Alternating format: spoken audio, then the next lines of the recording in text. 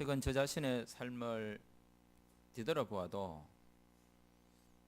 지금 내가 살고 있는 이 땅, 지금 내가 살고 있는 나의 현실, 그리고 내가 누리고 있는, 내가 관계하고 있는, 나와 연결되어 있는 이런 구조와 생활이 너무 좋다라고 하는 것에는 거부할 수 없는 정직한 고백입니다.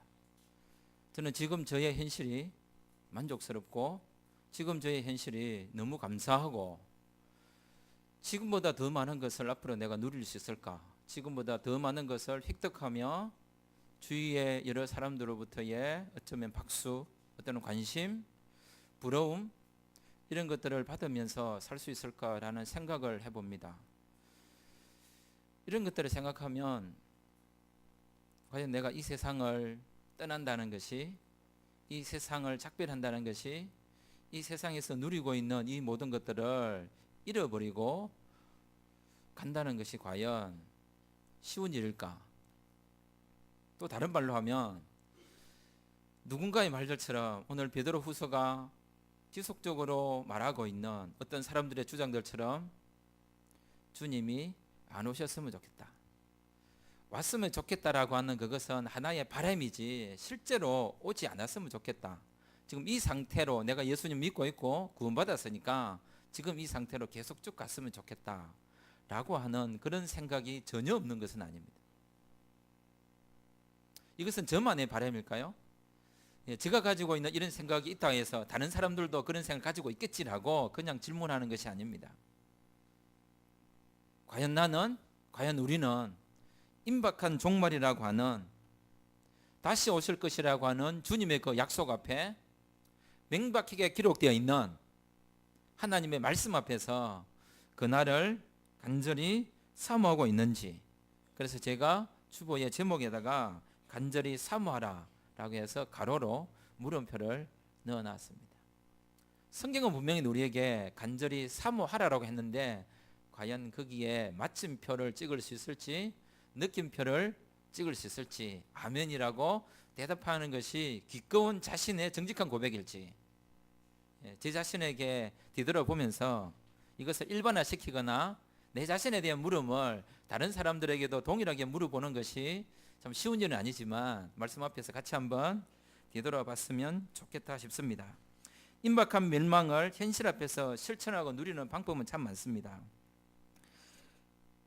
임박했지만 종말이지만 어쩌면 주님이 오신다라고 하는 이 약속 앞에서도 우리가 좀 더 즐겁고 행복하며 이 하나님의 말씀을 실천하고 살 수 있는 여러 가지 방법이 있음에도 불구하고 애써 외면하려고 하는 사람들이 있는가 반면에 또 다른 부류는 빨리 왔으면 좋겠다 라고 하는 부류의 사람들도 있는 것 같습니다.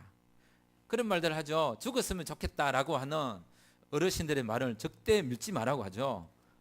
그것을 맞아요, 빨리 돌아가셔야죠, 하나님 나라 사모하시면 좋겠습니다. 저희 아버님이 지금 치매로 요양병원에 누워 계십니다. 그래서 제가 한 번씩 정말로 진짜 이건 불효자식과 같은 말인데요, 아버지 하나님 나라를 사모하십시오. 이게 해야 될 말인지 말해야 될 말인지 참 잘 모르겠어요 사실.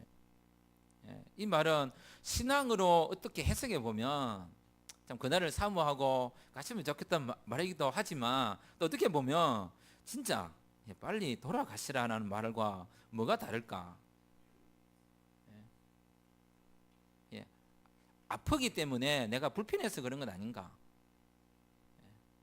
그런 마음이 듭니다. 그래서 우리의 삶 가운데 드리워져 있는 이런 여러 가지 상황들을 들여다보면서 말씀을 들여다봤으면 좋겠습니다. 혹시 우리의 삶은 인생이 참 길다라고 생각하시는 분, 인생이 참 길다라고 생각하시는 분 계세요? 인생이 왜 이렇게 기노? 아무도 없습니까? 점점 빨리 간다는 것만 느끼십니까? 그럼 우리 교회가 많이 늙었다는 증거인데요. 또 어떤 분은 인생이 참 짧다라고 생각하시는 분, 뭐 이것도 저것도 표시 안 하기를 원하십니까? 자, 그러면 다르게 물어보겠습니다. 하루가 왜 이리 기노 하시는 분, 하루가 너무 길다. 아니군요. 그럼 하루가 왜 이리 짧노 하시는 분, 진짜 짧군요. 오늘도 퍼뜩 지나가고 다음 주도 올 겁니다. 저는 다시 또 수요일이 금방 다가올 것 같아서 하루가 천년 같은 분에게는 천년이 하루 같기를 원하고요, 천년이 하루 같은 분에게는 하루가 천년 같았으면 좋겠습니다. 무슨 말인지 모르십니까? 여러분하고 아무 상관없기를 원하시죠. 그냥 길게 느껴졌으면 좋겠다 생각하기 때문에 임박한 종말 신앙 앞에서 나타나는 두 가지 현상이 우리에게 있습니다. 우리가 이 두 가지 현상을 보면서 과연 우리는 임박한 종말이라고 하는 것을 간절히 사모하고 있는지 들여다볼 수 있습니다. 첫 번째로는 종말이다라고 하는 말이 등장하면 사람들은 첫 번째로 마음대로 삽니다. 마음대로 산다. 이제 끝인데 뭐 굳이 열심히 살아야 될 이유도 없고, 착실하게 살아야 될 이유도 없고, 성실하게 살아야 될 이유도 없고, 자신의 몸을 아낄 필요도 없다고 생각하여 방종하거나 쾌락주의로 갑니다. 써서 다 없애버리자, 먹고 놀고 즐기자라고 하는 이런 현상이 발생합니다. 이렇게 살아서 뭐 하겠노? 다 쓰고 가야 되고 놀고 가야 됩니다. 이런 현상을 막기 위해서 종교는, 역사는 오랫동안 고민을 했습니다. 그래서 마음대로 사는 사람들의 방종과 쾌락주의를 막기 위하여 도덕적 금욕주의와 그 다음에 무절제한 쾌락주의에 대해서 종교는 고민을 했습니다. 그래서 이 사람들에게 마음대로 사는 사람들의 삶을 정돈시켜 종말을 준비하는 삶을 살게 하기 위하여 두 가지를 제시했습니다. 첫째가 책임주의고요, 두 번째가 도덕주의입니다. 마음대로 살면 안 된다. 책임 있는 삶을 해야 된다. 자유라고 하는 것은 마음대로 사는 것이 아니라 책임 있는 삶을 사는 것이다라고 이야기했습니다. 그 자유라고 하는 것에 책임을 얹어 놓았습니다. 그런데 잘 생각해 보면 자유라는 것에는 책임이 따라야 될까라고 하는 의문이 생깁니다. 자유에는 책임이 따르는 것이 아니라 자유는 그냥 자유이지 않겠냐는 거예요. 자유는 책임이 져야 될 일이 있으면 책임을 지고요, 도덕적인 삶을 살아야 될 이유가 있으면 사는 것입니다. 그런데 자유라는 이름을 주면서 거기에다가 자, 자유하세요 라고 하면서 자, 자유롭게 살 거야 라고 하는 잠깐이라고 합니다. 잠깐. 자유는 책임이 따르는 거야. 또 자, 자유입니다 라고 하니 자, 이제 자유해야지 라고 하니까 잠깐. 방종하면 안 돼. 아이들에게죠. 자, 마음대로 놀아 라고 하죠. 그래, 마음대로 놀게. 잠깐. 숙제는 해놓고 놀아야지. 그런 두 가지 어울리지 않는 것입니다. 마음대로 놀아라고 해놓고 해야 될 일이라는 것을, 그것은 자유를 가진 사람이 선택하는 것이지, 그것에 대하여 무엇인가를 얹어주고 이름을 지우고 자유란 말이야 이런 것이라고 하는 것은 어쩌면 자유가 아닐 수 있습니다. 방종을 막기 위하여 책임을 지우는 것은 어쩌면 필요해 보일지는 모르지만 그것은 우리에게 또 다른 문제를 발생시킵니다. 그것이 바로 두 번째, 방종을 막기 위하여 우리에게 주었던 바로 도덕주의라는 것입니다. 지나친 도덕주의가 등장하여 방종과 쾌락은 막았는지 모르지만 자유가 도덕 앞에 길을 못 펴고요, 자유가 도덕 앞에 힘을 못 쓰고요, 자유가 도덕 때문에 할 수 있는 일이 줄어들게 된다는 사실입니다. 어떤 하나를 막기 위하여 어떤 하나를 만들어 줬는데, 만들어 둔 이것이 오히려 더 많은 것을 제한하고 구속하고 사람들을 자유롭지 못한다면, 하게 못한다면 그것은 오히려 또 다른 올무가 아닐까라는 생각을 해봅니다. 하나님께서 우리에게 주신 종말이라고 하는 임박한 진노를 피하기 위한 하나님의 나라가 다시 오는 것을 기다리는, 이것은 우리에게 도덕주의를 강조하거나 책임주의를 강조하기 위해서 있는 것이 아니라 또 다른 목적이 있다는 사실입니다. 그 궁극적인 목적을 잊어버리고 우리가 어떻게 살아야 되는지를 더 많이 강조하다 보니까 책임주의와 도덕주의가 등장하게 되었다는 사실입니다. 우리가 생각하는 것보다 훨씬 더 자유롭고 풍성하며 더 여유롭고 더 편리하고 더 져야 될 책임이 있고 더 헌신해야 될 일이 있고 나누어야 될 것이 있다면 더 나누도록 하고 그 자연스러움이 자신의 삶 가운데 나타나는 것이 자유입니다. 자유는 책임을 지우는 것이 아니라 알아서 하는 것입니다. 또 질문합니다. 알아서 못하니까 그러는 것 아니냐?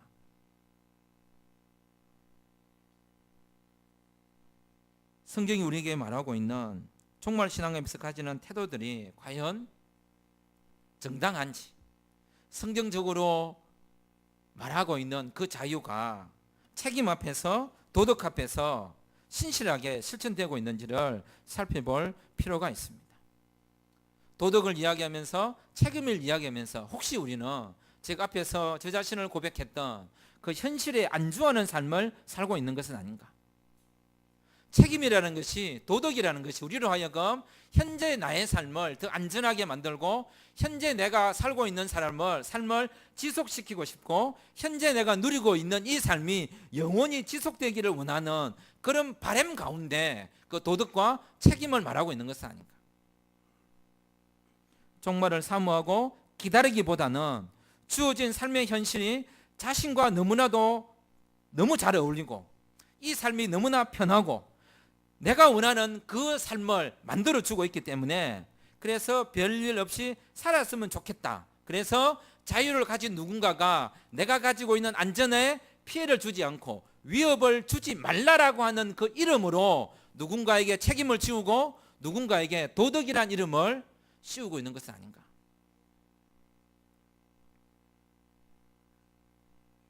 나는 그 도덕이, 나는 그 책임이 부담스럽지도 않고 나는 그 질서가 내게 불편하지도 않기 때문에 누군가에게 도덕적으로 사세요, 책임을 지세요라고 말할 수 있다면 누군가는 그 도덕적인 삶을 사는 것이, 누군가는 책임 있는 삶을 사는 것이 불편할 수도 있다는 사실. 혹시 그 도덕과 책임이 나의 편리와 나의 자유 때문에 누군가에게 도덕과 책임을 씌우고 있는 것은 아닌지. 분명히 종말 앞에서 책임 없는 삶과 방종의 삶과 쾌락의 삶과 무절제한 삶을 사는 사람이 있는 것은 분명합니다. 그것을 방지하고 그것을 막기 위해서 책임과 도덕을 더 씌우는 것도, 내가 책임을 졌다, 도덕적인 삶을 살고 있다라는 것 때문에 나는 저들과 달라라고 하는 것조차도 임박한 종말적인 삶을 사는 것이 아니라 내게 주어진 현실의 삶에 안주하는 것과 그들의 방종과 다를 바 없다는 사실입니다. 그들은 방종하고 그들은 쾌락했을지 모르지만 나는 내 자신의 삶에 안주하고 평안을 강구하면서 살았다는 것과 다르지 않다는 사실입니다. 그들의 방종을 반대하면서 내 자신을 안전하게 만들어가는 것조차도 어쩌면 임박한 종말을 기다리는 삶이 아닐 수 있다는 사실입니다. 왜냐하면 도덕과 책임이라는 것들의 대부분은 앞에서 말씀드린 것처럼 누군가는 더 잘 지키고 더 익숙하고 유리하게 되어 있기 때문입니다. 기본적으로 약하고 가난하고 부족하고 연약하고 모자라고 없는 누군가에게 유리하거나 도움이 되도록 되어 있는 것이 아닐 가능성이 많습니다. 그래서 어떤 면에서는 방종과 쾌락도 정말 나쁜 것이고 그렇게 갖지 않도록 막아야 되지만 책임과 도덕이란 이름으로 자신을 안주시키고 방어하는 것조차도 어쩌면 위험하다는 사실입니다. 왜냐하면 그것은 약하고 가난하고 부족하고 연약하고 모자라고 없는 누구인가에게 유리하도록 되어 있는 것이 아니라 약하지 않고 가난하지 않고 부족하지 않고 연약하지 않고 모자라지 않는 누군가에게 유리하기 때문입니다. 왜 도덕과 책임이 약하고 가난하고 부족하고 연약하고 모자라고 한 그 사람들에게는 불편한 거죠?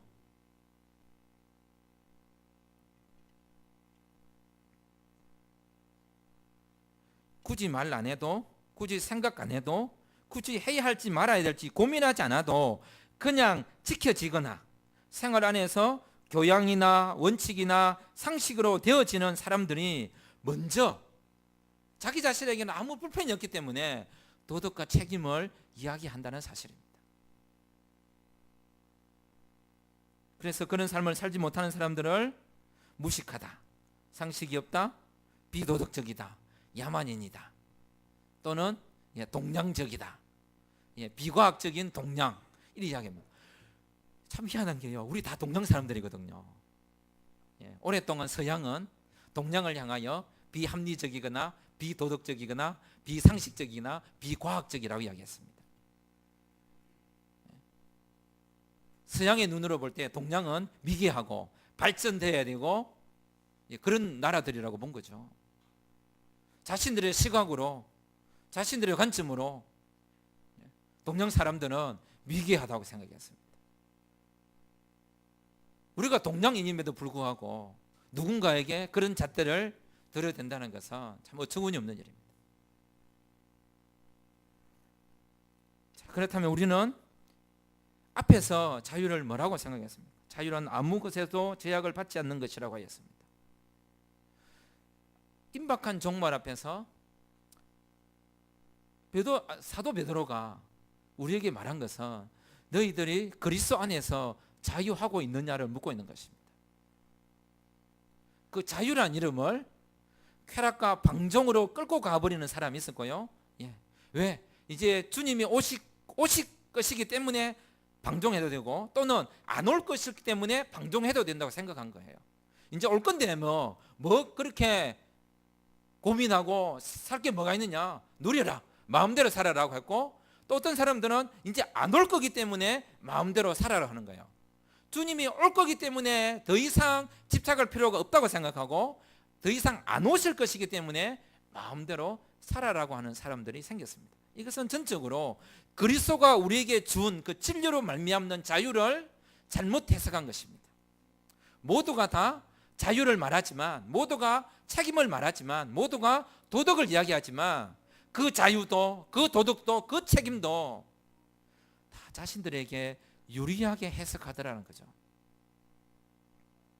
진짜 성경이 말하고 있는 그 도덕, 성경이 말하는 그 책임, 성경이 말하는 그 자유가 아니라 자신의 삶을 안전하게 만들고 자신의 삶을 유리하게 하고 자신의 이익을 보존시키는 방식으로 책임과 도덕을 이야기하더라는 거죠. 그래서 우리가 성경이 말하고 있는 관점에서 자신에게 유불리를 따져서 지키는 것이 아니라 그것을 넘어서는 그 이상의 것을 들여다보는 것이 필요합니다. 그래서 우리에게 주어진 이 자신의 삶을 어떻게 살아야 될 것인가를 한 가지 예를 들어보도록 하겠습니다.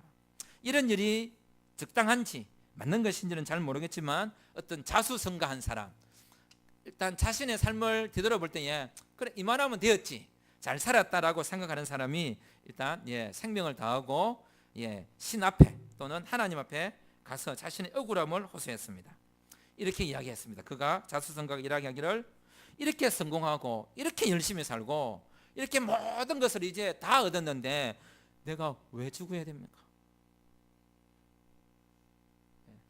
제 생명을 조금만 더 연장시켜 주셔서 이제 좀 쓰고 죽고 싶습니다. 좀 누리고 살고 싶습니다.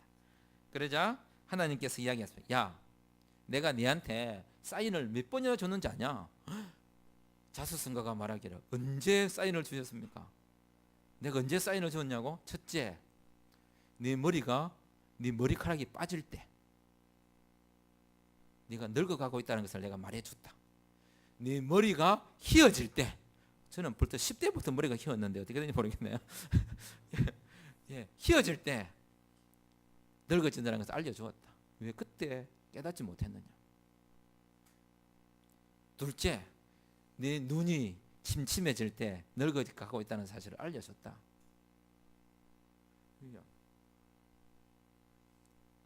세 번째, 기력이 없어질 때 네가 늙어가고 있다는 것을 알려주었는데, 네 몸이 아플 때 늙어가고 있다는 사실을 알려주었는데, 왜 그때는 알지 못했느냐? 수없는 시간과 사건 속에서 하나님은 우리에게 기회를 주셨습니다.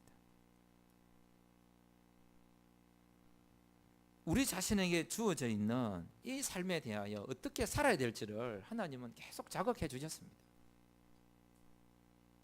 많은 사람이 죽어가는 것을 보면서 이제 이렇게 살아야겠다라고 생각했고요. 수많은 설교를 들으면서 이렇게 살아야겠다 결심했고요. 수많은 사건들이 발생하는 걸 보면서 그래 이리 살았으면 뭐하노, 이리 살아야지라고 수없이 생각했습니다. 그럼에도 불구하고 여전히 우리는 자유하지 못하고 있습니다. 진정한 자유가 무엇인지 누리지 못하고 살고 있습니다. 무엇이 임박한 종말이라고 하는, 다시 오실 것이라고 하는 그 주님의 명백한 말씀, 기억하라, 사모하라, 잊지 말라라고 하는 이 말씀 앞에서 어떤 삶을 살기를 원하십니까? 우리는 어떻게 살았으면 좋을까요?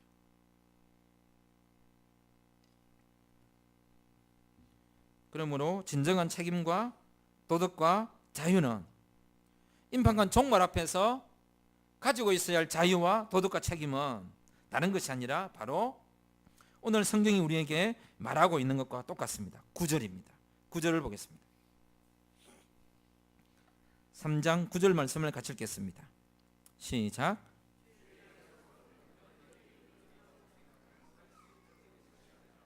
오직 주께서는 너희를 대하여 오래 참으사 아무도 멸망하지 아니하고 다 회개하기에 이르기를 원하시느니라. 진정한 도덕과 진정한 자유와 진정한 책임이 있다면 자신의 안전을 보호하는 것에 그치는 것이 아니라 말 그대로 아무도 멸망하지 않고 다 회개하기에 이르도록 하는 이 일입니다. 이것이 인간 존중이며, 이것이 사람을 사랑하는 일이며, 이것이 사람 사는 세상이며, 이것이 더불어 살아가는 세상입니다. 내 안전으로 끝나는 것이 아니라, 어떻게 말하면 이런 것이죠.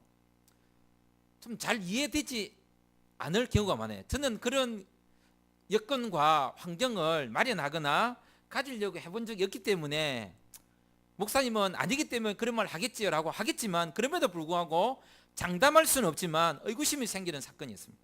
뭐냐면, 예를 들어서 장애인들을 위한 복지이거나 그들을 위한 편의시설이거나 시설 투자를 하자고 할 때 왜 그렇게 사람들 인색하고 반대하고 그런 것들이 주위에 들어서는 것을 해모시설이라고 말하는지 모르겠습니다.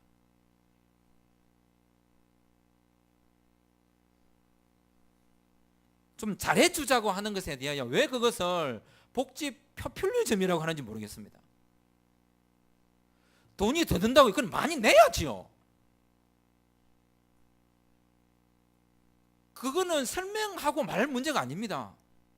가난하고 연약하고 아프고 그런 사람들을 위해서 잘해주자는데 더 해주지 못해서 미안해야지요. 어떻게 하면 더 잘해줄 수 있을까에 대하여 한번 고민해 봅시다라고 해야 될 일이지, 그것에 대하여 변명하고 또 다른 말들을 하는 것에 대하여서는 참 어떻게 말해야 될지 모르겠습니다. 더 잘하지 못한 미안함이 있어야 됩니다. 과연 책임이라는 것이, 과연 도덕이라는 것이 누구를 위한 것인지, 쉽게 말해서 자 이게 도덕입니다 라고 말했을 때 그 도덕을 지키기에 너무 편한 사람은 과연 나에게는 또 다른 도덕이 필요하다라고 생각해야 됩니다. 나는 도덕을 잘 지키고 있다가 아니라 이것보다도 더 무거운 도덕이 필요한 거죠. 도덕이야 라고 했을 때에 불편한 사람은 그게 그 사람의 도덕입니다.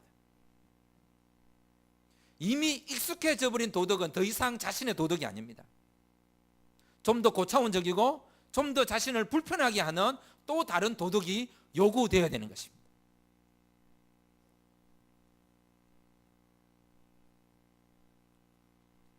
그래서 이런 이야기를 하면 어쩌면 사람들은 방종하게 된다, 또는 억지 주장이다. 또는 사람이 너무 잘해주면 게을러진다.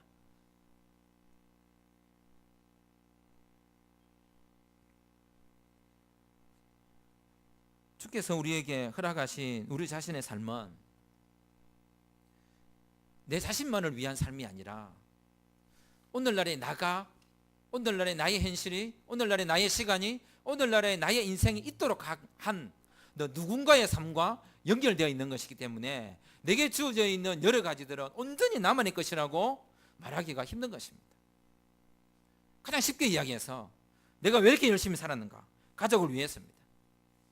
그 가족에게 뭔가를 주기 위해서, 그 가족의 안전을 위해서 가족을 복되게 여기 살았습니다. 그러면 가족 구성은 그 누군가는 또 누군가와 연결되어 있는 사람입니다. 그래서 나만을 위한, 내 가족만을 위한 그것은 세상에 온전히 존재한다라고 말하기가 어려운 것입니다.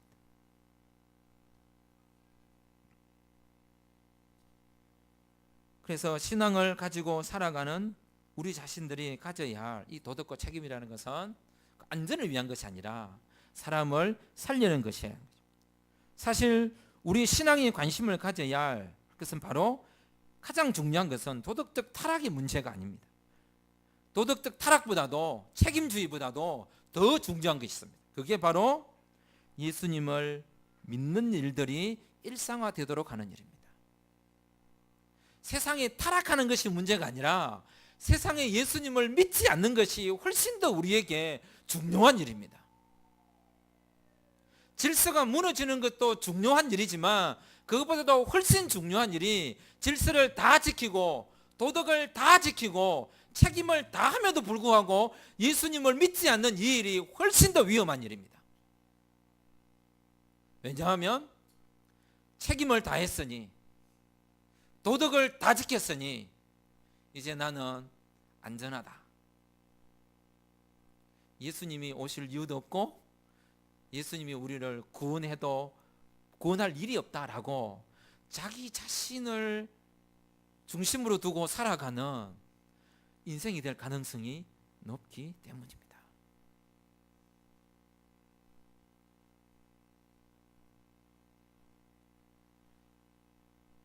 예수님을 믿는 일은 도덕 이상이며 도덕을 회복하고 도덕을 이기게 하고 도덕을 완성하게 하는 것입니다. 예수님을 믿는 일이 율법과 선지자의 완성입니다.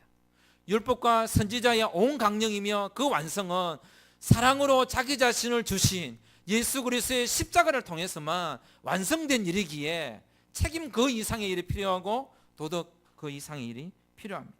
결국 우리가 이루고자 하는 것은 도덕 간의 십자가의 사랑, 생명의 사랑, 헌신의 사랑, 도덕 그 이상의 사랑이신 예수님의 십자가가 예수님이 성취될 수 있도록 예수님이 영접될 수 있도록 하는 그 일에 우리 자신을 두어야 합니다. 왜 그래야 합니까? 모두 그리스도의 사랑 안에 거할 수 있도록 해야 하기 때문입니다. 아무도 멸망하지 않도록 해야 하기 때문입니다. 다 회개하기에 이르도록 원하시는 하나님의 마음이 거기에 있기 때문입니다. 다 회개하도록 하루가 1000년 같아야 할 것입니다. 또 모두가 구원받도록 하기 위하여 1000년이 하루 같아야 할 것입니다. 모두가 회개하기 위해서는 하루가 1000년 같아야 합니다. 그래야 모두 회개할 것이고 아무도 멸망하지 않을 것이게 됐습니다. 그 책임을 지는 책임주의, 그것을 책임지는 그런 도덕적 실천, 하나님의 나라가 그래서 속히 오도록 바라는 1000년이 하루 같다라는 그 신앙적 고백, 그것이 우리에게 필요한 것입니다. 두 번째, 방종하여 사는 삶이 있지만 또 다른 삶은 어떤 삶이냐면 이 세상 삶을 외면하는 거죠. 도망가는 것입니다. 예, 또 다른 말로는 이것을 염세주의라고 하죠. 살았으면 아이고 딱 귀찮다만, 예, 세상에 물들지 않기 위해서 떠나 살아야지. 가능하면 안 보고 살고 안 듣고 살고, 예, 말 안 하고 살고 귀 닫고 눈 닫고 입 닫고 이렇게 사는 것이 제일 좋아. 괜히 말 섞어봐야, 괜히 말해봐야, 괜히 들어봐야 귀 더러워지고 입 더러워지고 눈만 더러워지니까 관계하지 않으려고 하는 거죠.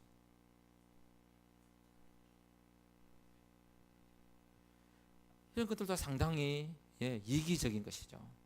자신의 안전만을 추구하는, 도덕적인 것도 마찬가지고 외면적인 것도 어찌 보면 상당히 이기적인 것입니다. 그래서 보면요, 장담할 수는 없지만 상당히 도덕적인 사람들이 이기적인 사람이 참 많습니다.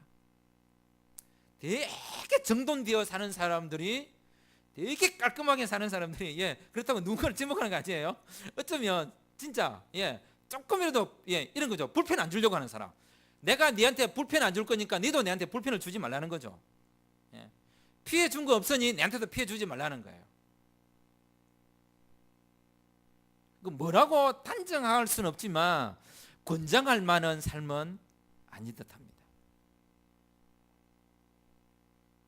그리스도인의 삶은 할 수 있으면 그냥 손해 보는 것입니다. 일부러 손해 볼 필요는 없어요. 같이 있다가 보니까 좀 나누고 이런 거지. 안 맞아도 되는데 오른뼘을 때리면 왼뼘 된다 해서 가서 그냥 뺨을 때릴 이유는 없습니다. 가능하면 안 맞고 살아야 되고요. 피하게 사는 게 맞지만 우리 자신의 삶이 이런 것으로부터 경계해야 됩니다. 현실 안주적인 역사 이해도 위험하고 현실 도피적이거나 그죠?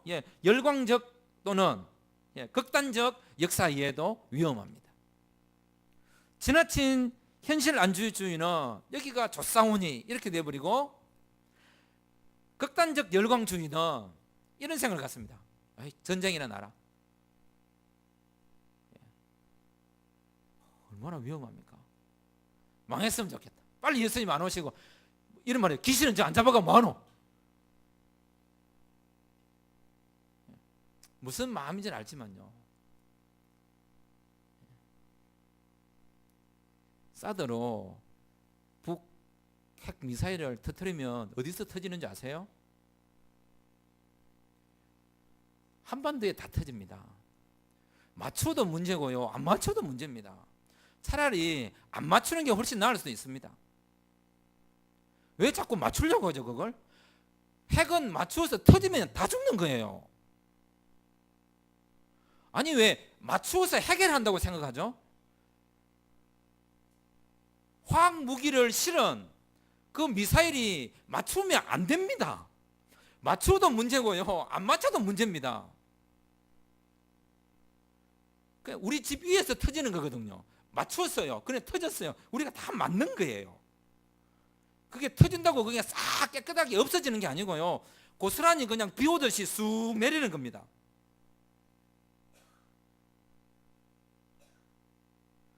전쟁은 어떤 경우도 안 됩니다. 극단적 역사 이해 위험한 것입니다. 아무도 멸망하지 않기를 원해야 되고 어느 누구도 죽기를 원치 않는 그런 역사적 이해, 그런 자유, 그런 책임, 그런 도덕이 우리 가운데 필요한 것입니다.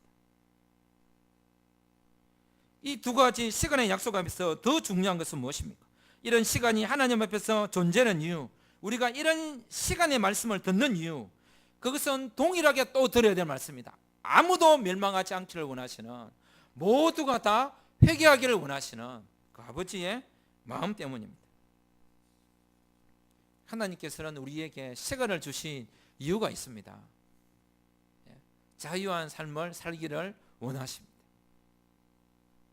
어떤 것에서도 우리가 구속당하지 않기를 원하십니다. 동시에 네 자유가 그렇게 소중하다면 그 자유가 무엇인지 모르고 방종하는 사람들, 그 자유가 무엇인지 모르고 안주하는 사람들, 그 자유가 모르고 극단적인 이해를 하고 있는 사람들도 진정한 자유 앞으로 끌어들이기 위하여 네가 해야 될 일이 무엇인지 우리에게 묻고 있는 것입니다.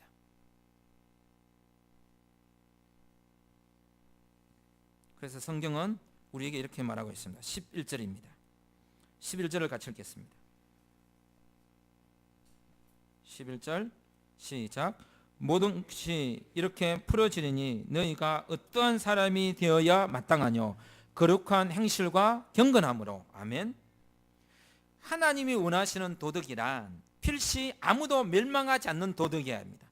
도덕이란 모두가 회개하게 이르도록 하는 것이어야 합니다.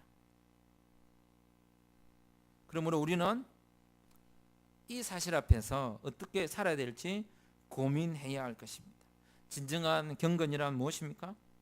진정한 거룩한 행실은 무엇입니까? 성경 미가서 6장 8절을 한번 보겠습니다. 미가서 6장 8절.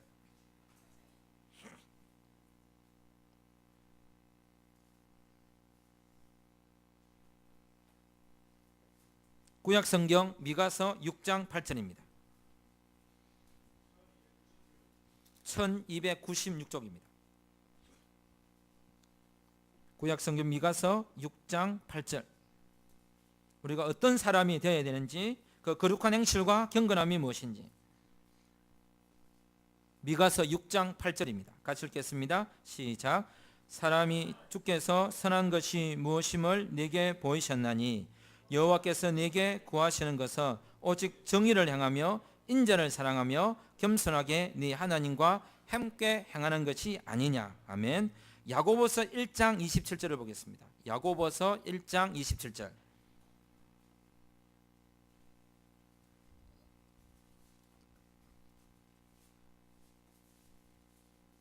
야고보서 1장 27절. 신약성경 야고보서 1장 27절입니다. 같이 읽겠습니다. 하나님 아버지 앞에서 정결하고 더러움이 없는 경건은 곧 고아와 가부를 그 환난 중에 돌보고 또 자기를 지켜 세속에 물들지 아니하는 그것이니라. 아멘. 진정한 경건이 무엇인지, 하나님께서 실제로 우리에게 원하시는 그 선이 무엇인지, 이것으로 이러한 사람이 되어야 합니다. 책임져야 될 일이 있다면 이런 모습으로, 도덕을 행해야 될 일이 있다면 이런 모습이어야 합니다. 그래서 사도는 우리에게 이렇게 이야기하고 있습니다.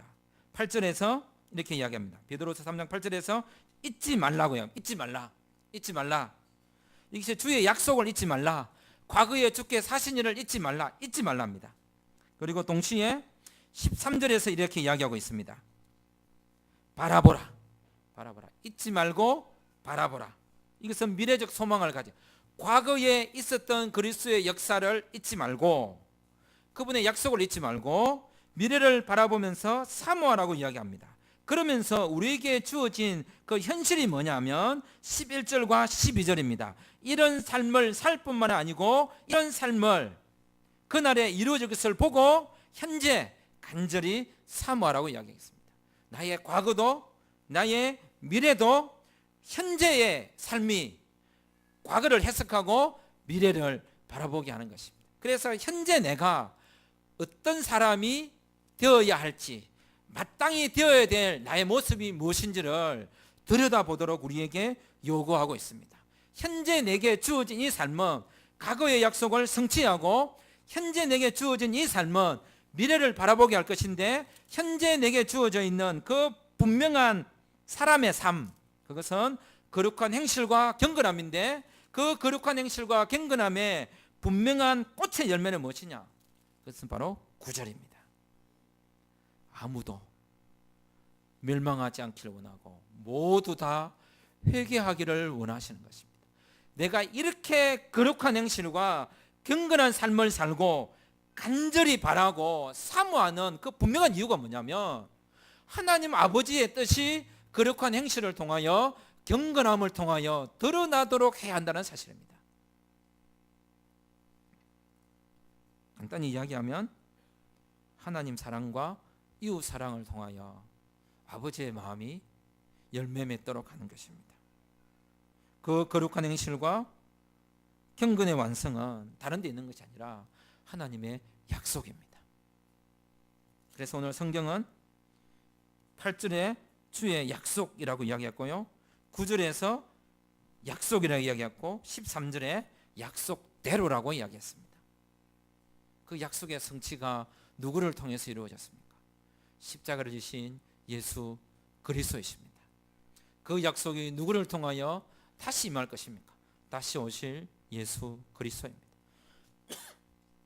그렇다면 이 약속의 성취가 우리의 삶 가운데 이루어졌기에 누군가의 삶에도 이 약속이 이루어지도록 하기 위하여 우리에게 주어진 그 거룩한 행실과 경건한 삶은 무엇일까요?